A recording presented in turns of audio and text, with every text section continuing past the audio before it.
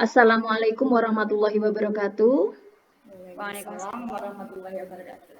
Perkenalkan, saya Bu Siska Mayu Asngati dari SDN Negeri 2 Biteng, Kecamatan Purwantoro, Kabupaten Wonogiri. Saya dari mahasiswa PPG Universitas PGRI Semarang.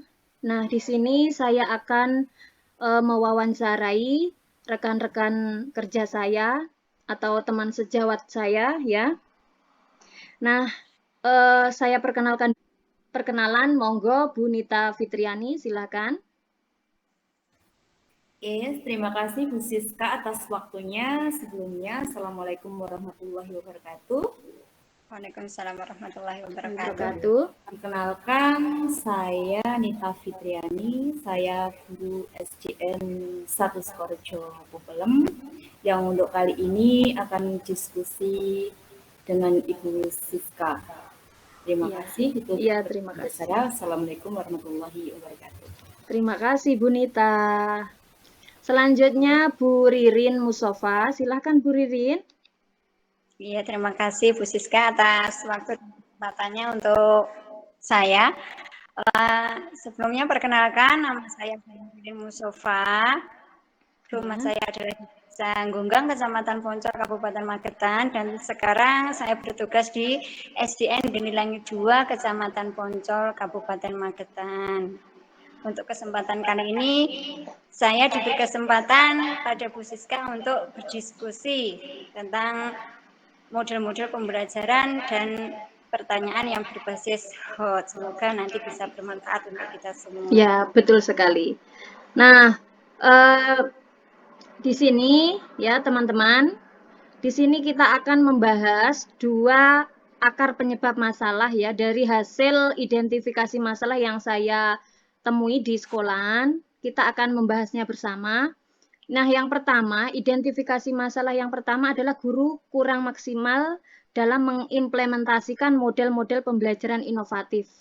Kemudian, akar penyebab masalahnya itu saya ambil kurangnya inovasi guru dalam menerapkan model-model pembelajaran di kelas. Nah, kita akan berdiskusi bersama untuk mencari, mengeksplor alternatif solusi dari akar masalah yang telah saya temukan ini. Mungkin teman-teman bisa memberikan solusi atau pendapat bagaimana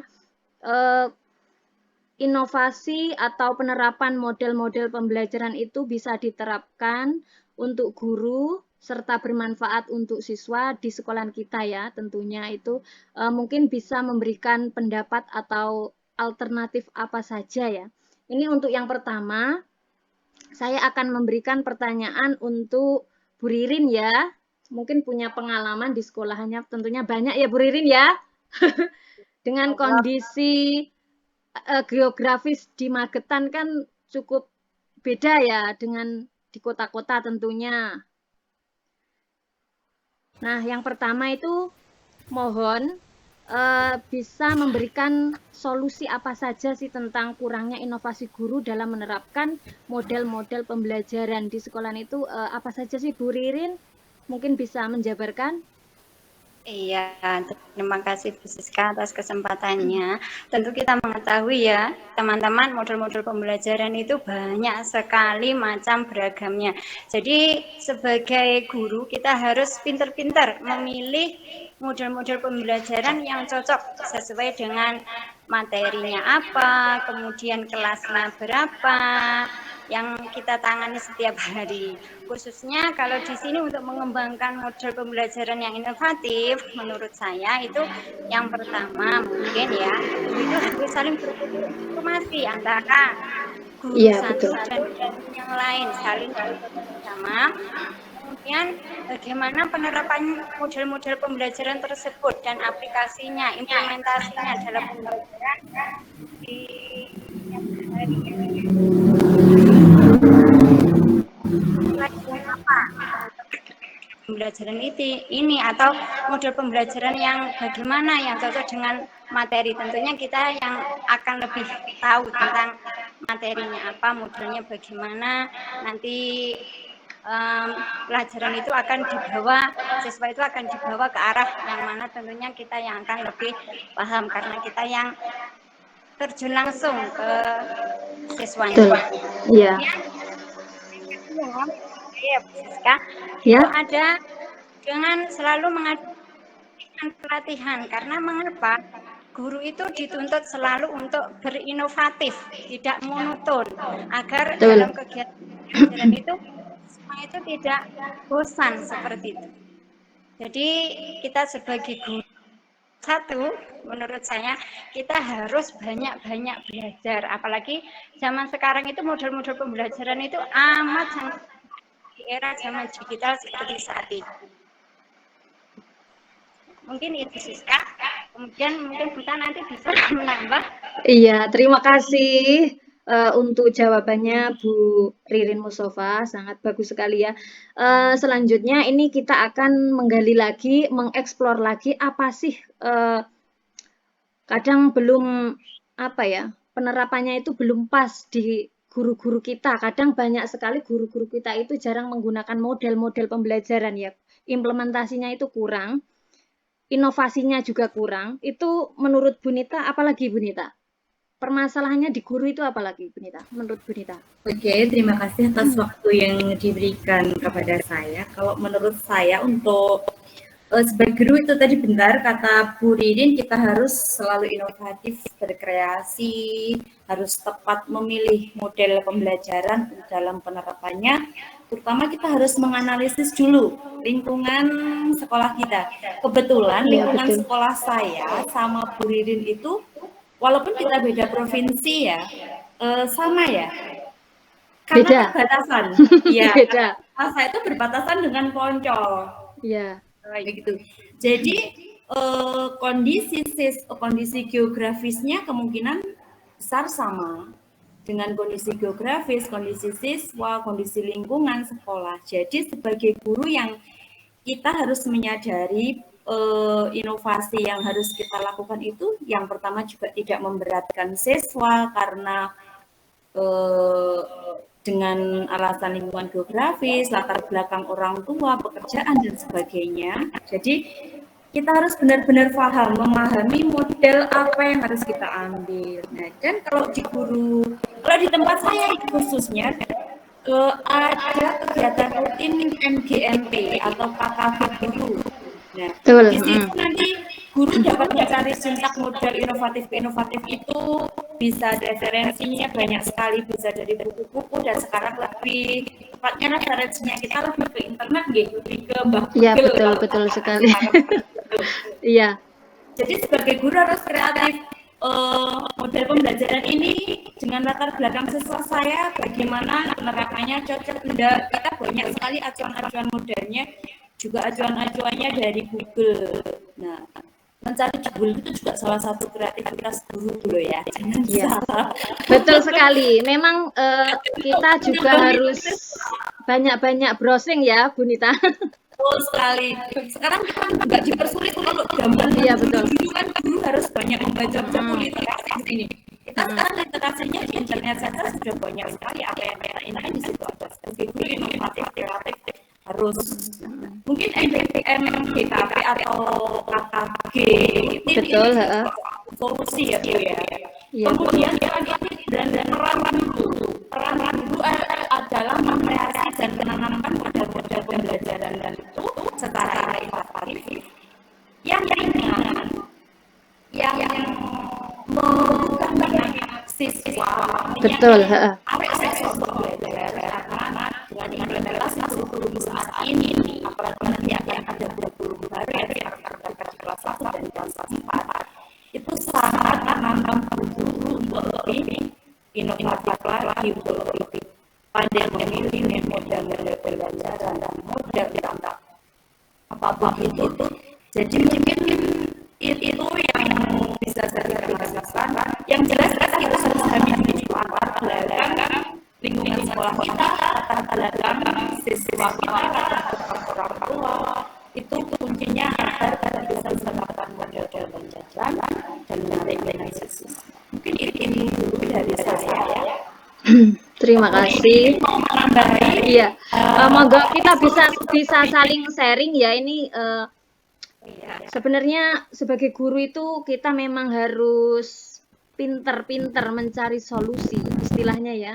Tidak hanya kita dari buku saja, istilahnya pakem di buku, tapi kita juga pinter-pinter mencari solusi. Kita misalnya browsing di YouTube atau di Google, kan masih banyak pembelajaran tentang pengetahuan tentang model-model pembelajaran itu sendiri. Nah, dengan kita mencari tahu atau kita banyak referensi, kita bisa menerapkannya saat pembelajaran di kelas tentunya ya. Untungnya dan Buni. untungnya kita jadi guru di abad saat ini ya. Iya. Apalagi 2021, 22 ini kan sudah apa ya, zaman modern istilahnya. Semuanya serba IT. Jadi memang kondisi penerapan model-model pembelajaran ini memang diterapkan basisnya itu basis yang kritis ya istilahnya. Kita misalnya yang kurikulum 2013 itu kan untuk model-model pembelajarannya memang bagus ya. Misalnya apa saja sih Bu? Contohnya itu apa?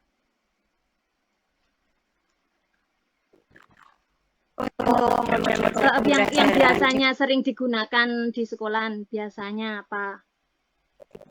Nah, kalau biasanya yang sering digunakan dalam sekolah kurikulum kelas. Nah, kalau kami di sini kalau kelasnya itu sudah kelas atas itu bisa menggunakan problem solving, kemudian PR, BCP.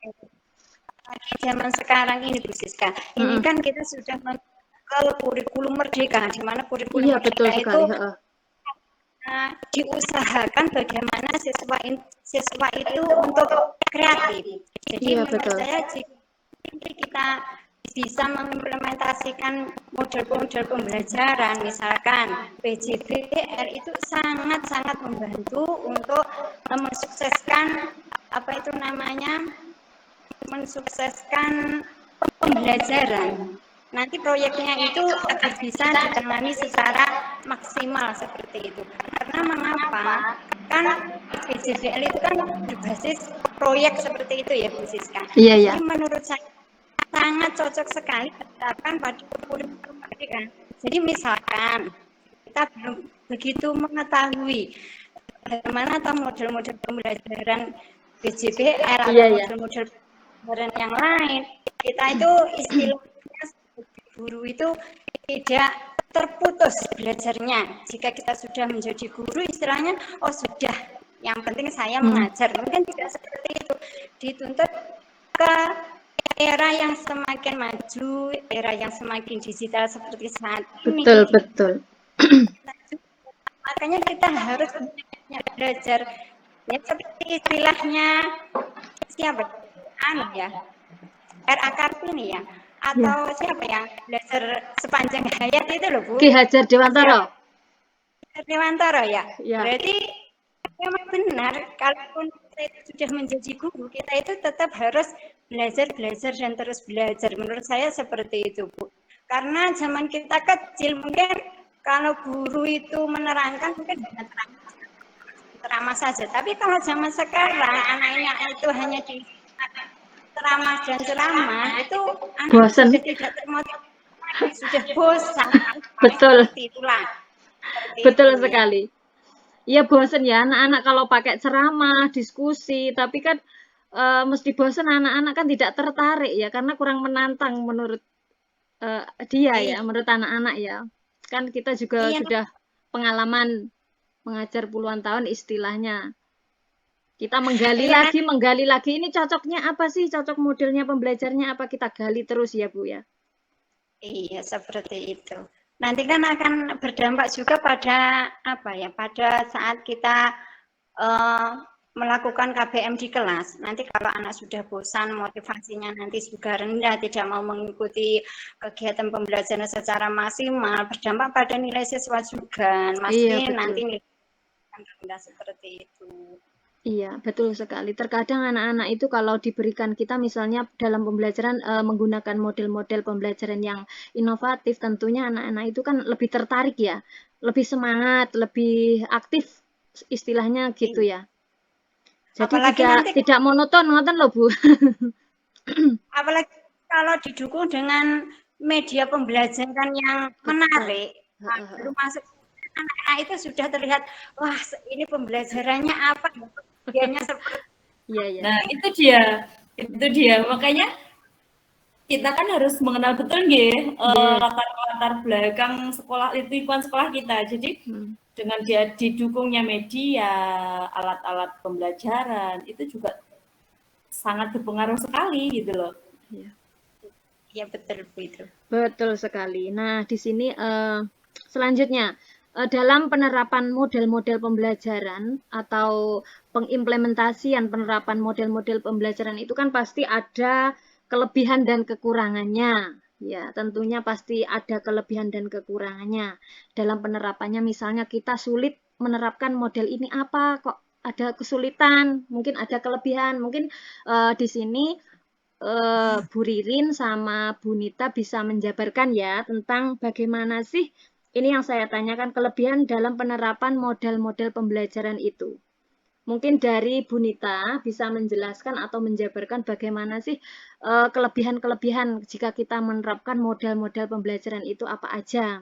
Misalnya apa bisa memberi contoh. Monggo Bu Nita. Oke, terima kasih. Kalau untuk kelebihannya tadi kita sedikit sudah membahas ya. Iya, ya, sudah singgung sih, sudah singgung. Sudah kita bahas sedikit tentang kelebihan, Hmm. apa yang kita bisa dapatkan dari kalau kita menerapkan model pembelajaran yang tepat untuk siswa kita. Jadi itu nanti anak-anak akan lebih semangat, lebih aktif dalam mengikuti kegiatan pembelajaran. Karena tentunya penasaran. Mungkin kita pakai PBL, kita sajikan masalah, mereka menganalisis, mereka mencari jalan keluar. Itu mereka kan penasaran. Jadi meningkatkan keaktifan siswa dalam hal bertanya, berpikir kritis. Pastinya mereka akan penasaran sekali untuk mendapatkan jawabannya. Itu salah satu kelebihannya misal kita memakai PBL. Kemudian selain itu siswa juga akan lebih paham. Paham itu kan kalau dulu sistem kita sekolah itu kan justru menghafal. Iya, Nah, sekarang betul. untuk lebih memahami kan mereka harus menemukan sendiri. Jadi kalau sudah bisa menemukan sendiri akan melekat. Nah, Betul, betul, jadi betul. akan ini apabila kita memang benar-benar menerapkan metode itu dengan tepat. Mungkin itu begitu Bu. Salah dua nih. Kelebihan-kelebihan dari kalau kita menerapkan model pembelajaran secara tepat itu. Iya, Anak akan betul. lebih aktif, lebih memahami. Iya, berarti siswa menjadi lebih aktif, lebih Iya, termotivasi ya tentunya. betul. Kemudian materi yang kita sampaikan itu akan lebih diterima oleh anak-anak ya. Betul sekali Bu Walaupun Nita. Untuk walaupun selanjutnya kadang kita apa? pusing juga, Oh, sana sini tanya sini sana, tapi anak-anak itu akan lebih kreatif gitu, seneng belajarnya nggak ngantuk-ngantuk, nggak monoton gitu. betul. Betul sekali. Lama-lama ini anu ya Bu, kelas Apa? itu menjadi hidup, tidak pasif Iya, gurunya. hidup. Mungkin ada bisa ditambahkan lagi Bu Ririn yang masalah kelebihan-kelebihan jika kita menerapkan model pembelajaran mungkin bisa ditambahkan lagi. Silakan. Iya, mungkin Kalau di seperti kelasnya Bu Ririn apa aja? iya, kita tidak tertuju pada guru menjadi sumber ya. Jadi pembelajarannya itu kita itu ke murid yang lebih aktif seperti itu. Nanti kalau muridnya sudah aktif, mau bertanya dan lain sebagainya itu seolah-olah guru itu hanya menjadi fasilitator saja. Bagaimana menangani siswa itu agar bisa memahami materi seperti itu. Mungkin dari saya yang baik oleh Ya, kadang terkendala sinyal ya Bu di sekolahnya memang bagian iya. bagian barat, bagian barat. Nah, setelah kita membahas tentang kelebihan tentunya di sini saya ingin bertanya lagi tentang kelemahan penerapan model-model pembelajaran itu sendiri. Mungkin ada ya, mungkin Bu Nita atau Bu Ririn bisa cerita tentang kelemahannya itu apa Pasti ada ya, mesti ada kelemahannya jika kita menerapkan ini. Saya menerapkan model ini kan pasti ada kelemahannya. Mungkin Bu Nita bisa sharing atau bisa sedikit cerita tentang kelemahan dalam penerapan model-model pembelajaran di kelas, guru kurang apa, monggo mungkin bisa jabarkan. Oke, kalau saya pribadi sebagai guru masih perlu belajar banyak ya. Ya betul, kita Salah semua satu belajar. kelemahannya bisa jadi karena saya sendiri dalam penerapan belum betul-betul mengetahui sintak atau langkah-langkah dari model pembelajaran itu. Jadi kadang masih bolak-balik yang harusnya Iya ya. presentasi belum dipresentasikan sudah ada evaluasi. Kadang seperti masih itu Tidak mungkin urut ngoten. itu kalau kekurangan dari guru ya. Kalau Betul. kekurangannya dari guru pribadi. Kadang karena kalau kita membiarkan anak itu sudah terlalu asik berdiskusi, langkah-langkah yang harusnya kita jalankan itu atau sintak-sintak dari model itu tidak semua dilakukan dengan berurutan dan tepat waktu. Kadang-kadang pengendalian kelas itu juga salah satu masalah yang masih perlu lebih diatur lagi, lebih difahami lagi karena saat pengendalian kelas di saat kita menggunakan model-model pembelajaran yang kita pilih, pengendalian kelas terutama karena kemampuan siswa itu kan berbeda. Betul ya. Kita bisa mengarahkan dengan mudah untuk yang berkemampuan lebih bagus dan untuk yang masih kemampuannya masih ada kala masih yang bingung ini mau bagaimana gitu, kita harus lebih ekstra di situ. Kadang itulah kendalanya di mana kita tidak bisa berjalan mulus menggunakan model pembelajaran itu. Nah, jadi yang jelas kemampuan guru sama pengendalian kelas itu juga salah satu kekurangan atau kelemahan dalam saat kita menerapkan model-model pembelajaran inovasi. Betul. Itu yang saya rasakan, Bu Siska. Iya, terima kasih. Monggo ditambahkan. Terima kasih. Berarti memang terkadang kita dalam penggunaan model-model pembelajaran kadang tidak urut, kadang lupa pas itu ya. Itu kendala juga. Itu bermasalah juga ya. Harus begitu. Kita sudah oke lah, kita mengikuti kemauan anak-anak dan kadang itu juga lupa. Penyerapan materinya juga kurang sempurna bisa jadi. Iya. Faktor apa ya, banyaknya siswa mungkin juga bisa kendala ya. Jadi guru kurang bisa menguasai kelas ya. Itu juga misalnya biasanya muridnya sedikit atau penerapannya pas banyak, ruame ataupun kadang ya juga susah itu penerapannya. Mungkin untuk selanjutnya ya, kita lanjutkan lagi. Tapi kurang lebihnya seperti itu ya Bu Nita dan Bu Ririn. Dari hasil kita berdiskusi tadi, kita dapat menyimpulkan banyak hal sebenarnya ya. Betul. Banyak sekali. Untuk selanjutnya ini saya langsung saja masuk ke pertanyaan nomor 2, hasil identifikasi masalah saya ya, yang saya temukan di sekolahan. Itu siswa belum mampu berpikir secara kritis jika diberikan soal-soal dengan tingkat level hot. Ini masalah yang saya temui. Kemudian akarnya itu saya cari lagi, kurangnya kemampuan guru dalam menyusun soal hot dikarenakan terbiasa memberikan soal-soal lot atau soal-soal yang kurang kritis atau levelnya masih rendah gitu ya. Nah, di sini saya pengen menggali lagi menurut pendapatnya Bu Nita dan Bu Ririn tentang bagaimana kurangnya guru dalam menyusun soal-soal hot karena pembiasaan guru itu sering mengajarkan anak muridnya itu soal-soal yang biasa-biasa pakem dari buku. Kita jarang menggali atau membuat soal-soal yang lebih kritis lagi, lebih hot lagi, atau yang lebih menantang ya. Mungkin dari Bu Ririn bisa memberikan alternatif solusi atau kita explore lagi lah masalah-masalah ini. Mungkin Bu Ririn, monggo bisa menjabarkan. Ya, itu sebenarnya kalau soal seperti itu kan kita penanganannya kepada siswa itu mungkin bertahap ya Bu Siska. Mungkin dari mana, kalau kelas bawah itu kita mulainya dari lot, kemudian kita ke soal-soal lot. Karena kadang guru itu sudah merasa nyaman, kata Bu Siska, terpaku. dari buku memang seperti itu. Kemudian guru itu memang kurang gitu memahami apa toh soal HOT itu yang sebenarnya, bagaimana atau penerapannya ini di kelas itu bagaimana. Mungkin pada dasarnya soal HOT itu pun bisa diimplementasikan mulai dari kelas 1 sampai kelas 6 itu mungkin bisa. Tapi di sini dituntut guru itu memang harus benar-benar memahami cara menyusun soal-soal HOT itu seperti apa.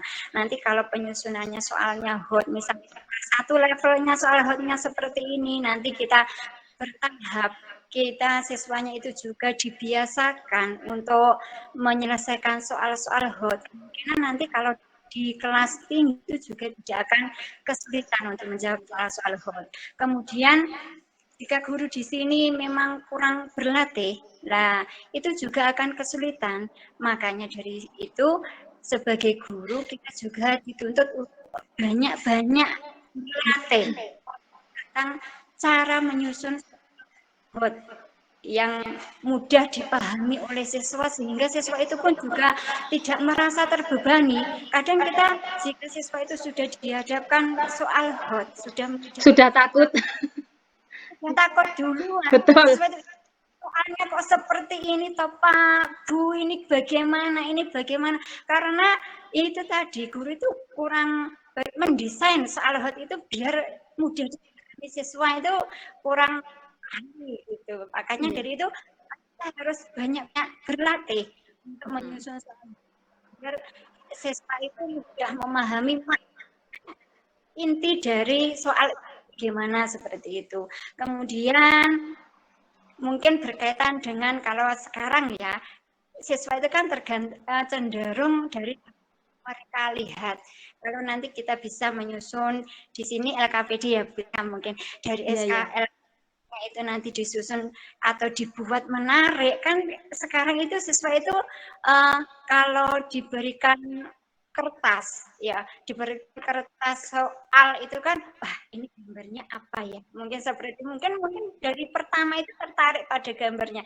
Nanti kalau sudah tertarik mau membaca secara serius tentang apa soal-soal itu, kemudian kan pada dasarnya soal HOT itu kan kita memberikan seperti narasi dulu seperti itu ya, narasi seperti itu. Nanti kalau sudah tertarik pada ini bagus, ini warnanya bagus, ada gambarnya seperti ini, siswa itu akan kemudian membacanya itu maksimal, semangat seperti itu, Bu Siska. Iya, terima kasih.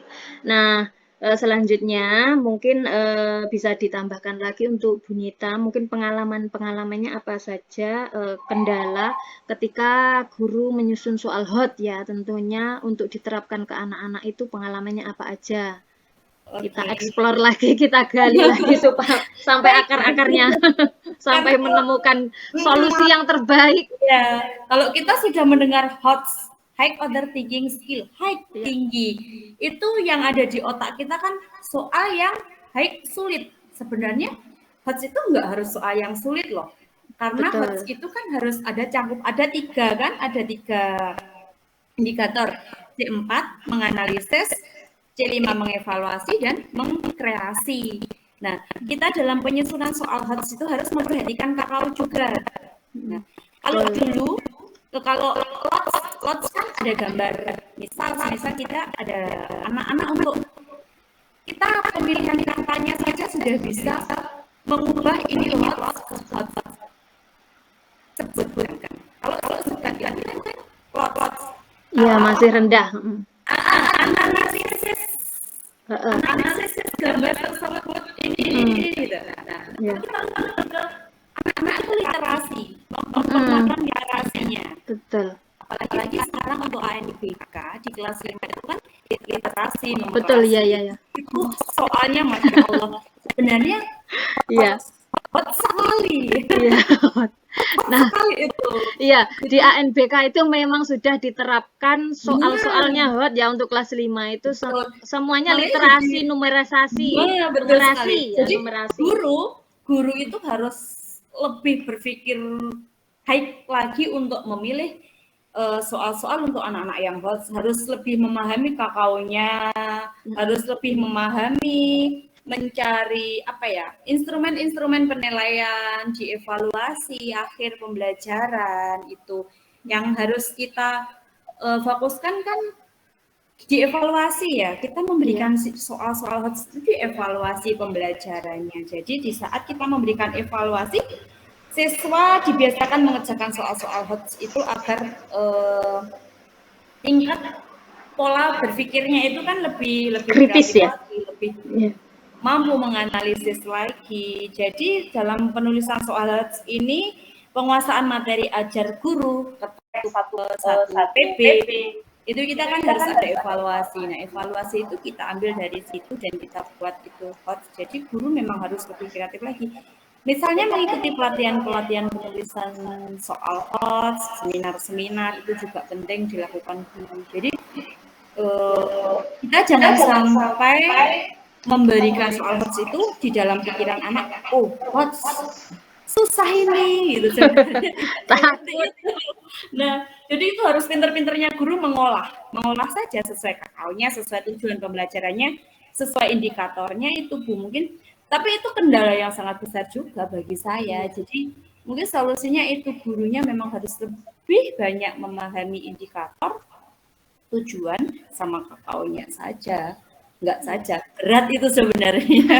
Iya, terima kasih Bu Nita dan Bu Ririn. Jadi kesimpulannya dari hasil wawancara tentang soal HOT yaitu guru harus memahami cara menyusun soal HOT yang baik dan benar. Kemudian mengikuti pelatihan-pelatihan, tentunya kita harus aktif ya dalam pelatihan KKG, diklat-diklat tentang penyusunan soal HOT. Tidak hanya penyusunan soal, tapi ya banyak lagi ya, kita harus kreatif dan aktif ikut serta dalam penyusunan soal HOT itu. Kita juga harus aktif ya, bisa melatih diri kita, kemampuan kita. Kemudian pada guru harus paham dan mencari atau mencocokkan KKO untuk soal HOT. Guru harus menyelaraskan soal dengan indikator ya, itu penting sekali ya, misalnya kognitif, afektif atau psikomotorik memang harus kita sesuaikan.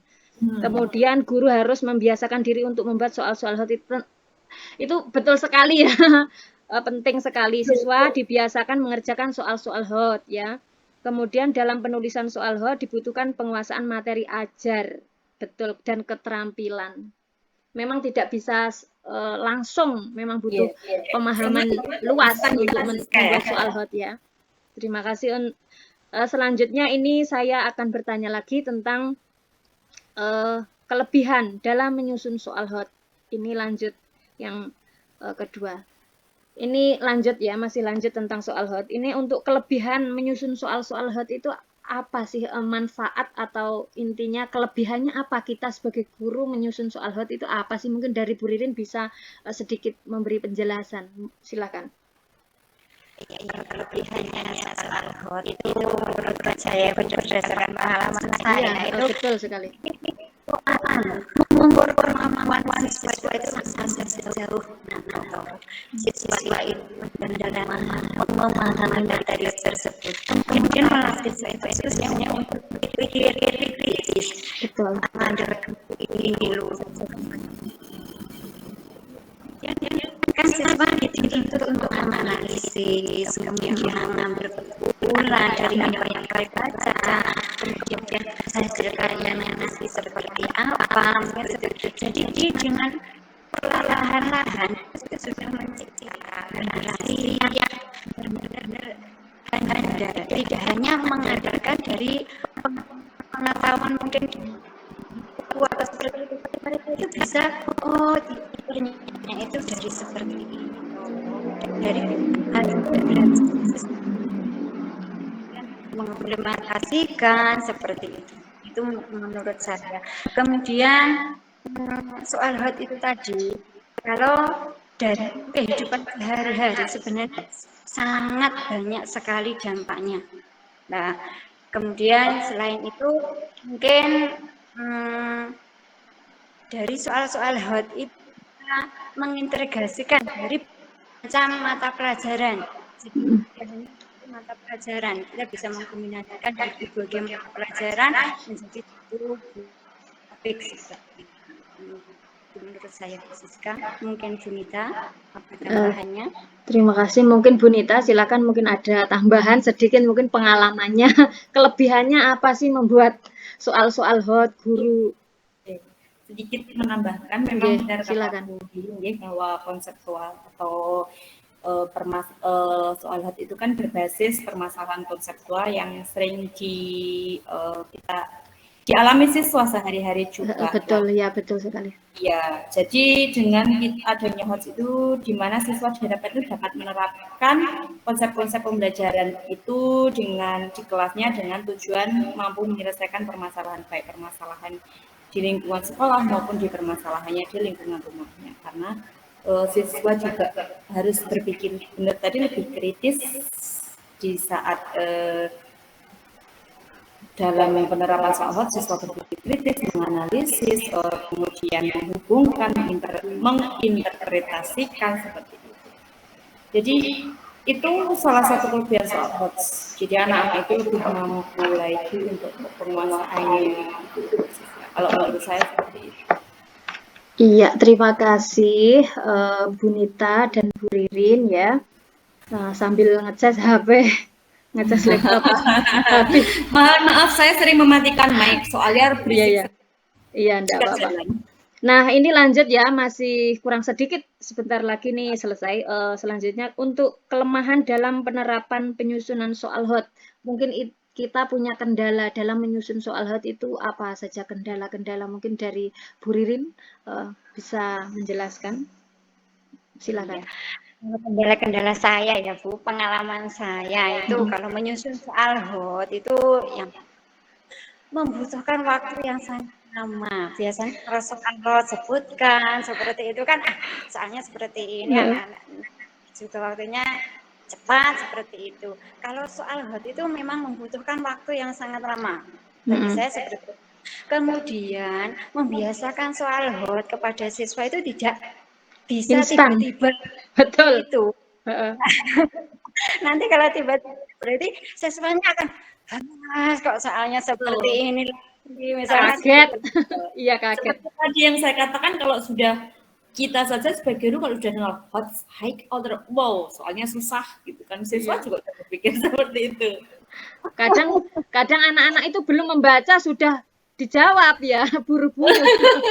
itu kelemahannya itu. Iya, kelemahannya mah. Jadi jawabannya nggak cocok sama pertanyaannya apa. Kebanyakan itu anak-anak kalau mengerjakan pas waktu ujian itu tidak dibaca dulu ya, rata-rata pas ANBK ketika menunggu ujian ANBK kadang-kadang ya juga banyak seperti ya, bukan begitu Bu Ririn dan Bu Nita? Betul. Jadi guru juga harus punya strategi ya, strategi holistik dari para guru untuk membiasakan anak-anak itu strateginya seperti apa. Enggak ujuk-ujuk kita harus susah, kamu harus berpikir, kamu harus berpikir. Enggak, kita tetap harus mulai dari yang kita pelan-pelan dulu, dari C4 dulu, baru kita bisa ke C5. Terutama untuk yang KI 4 ya, kita memang harus pelan-pelan sekali. Untuk KI 3-nya seperti itu kan, anak-anak adaptasinya juga susah. Mungkin kalau kelas atas lebih mudah penanganannya. Kalau kelas, karena selama ini pengalaman saya di kelas atas ya belum pernah saya ngajar di kelas rendah. Jadi masih baik-baik saja. Karena kan kalau kelas atas itu penerimaan informasinya sudah lebih bagus. Tapi kendalanya yaitu tetap saja mereka harus kadang dalam penyelesaian itu lebih lama. Ya, saya sendiri sebagai guru juga menyusunnya juga butuh waktu yang sedikit lebih lama. Itu mungkin salah satu kelemahan apabila kita menerapkan soal HOT di anak-anak. Ya. Terima kasih untuk Bu Nita Fitriani dan Bu Ririn Musofa ya, telah memberikan eksplorasi alternatif solusi, tentunya sangat bagus sekali. Nah, di sini saya akan menyimpulkan sedikit tentang hasil wawancara tentang soal HOT tadi ya, kesulitan dalam penerapannya. Nah, ini tadi solusi-solusinya yang dapat kita ambil, yaitu guru harus memahami cara menyusun soal HOT yang baik dan benar, tentunya mengikuti pelatihan-pelatihan tentang cara menyusun soal HOT. Pada penyusunan soal instrumen penilaian soal HOT, guru juga harus mempunyai pengetahuan dan pemahaman materi. Guru harus paham dalam mencari dan mencocokkan KKO untuk soal HOT, ya itu. Guru harus menyelaraskan soal dengan indikator sesuai dengan dimensi kognitif, serta dalam penyusunan tes guru mengerti taksonomi Bloom ya. Kita juga memang harus paham benar tentang revisi taksonomi Bloom ya, afektif, kognitif, afektif, psikomotorik tentang KKO-nya, kata kerja operasionalnya itu kita harus mengerti ya. Tentunya itu saja yang dapat saya simpulkan. Sebenarnya banyak sekali. Tapi terima kasih atas waktu dan kesempatan untuk acara wawancara hari ini. Terima kasih Bu Nita Fitriani dan Bu Ririn, dan saya akhiri wawancara hari ini. Saya ucapkan terima kasih, selamat beraktivitas kembali, dan saya akhiri. Wassalamualaikum warahmatullahi wabarakatuh. Terima kasih. Sama-sama. Terima kasih.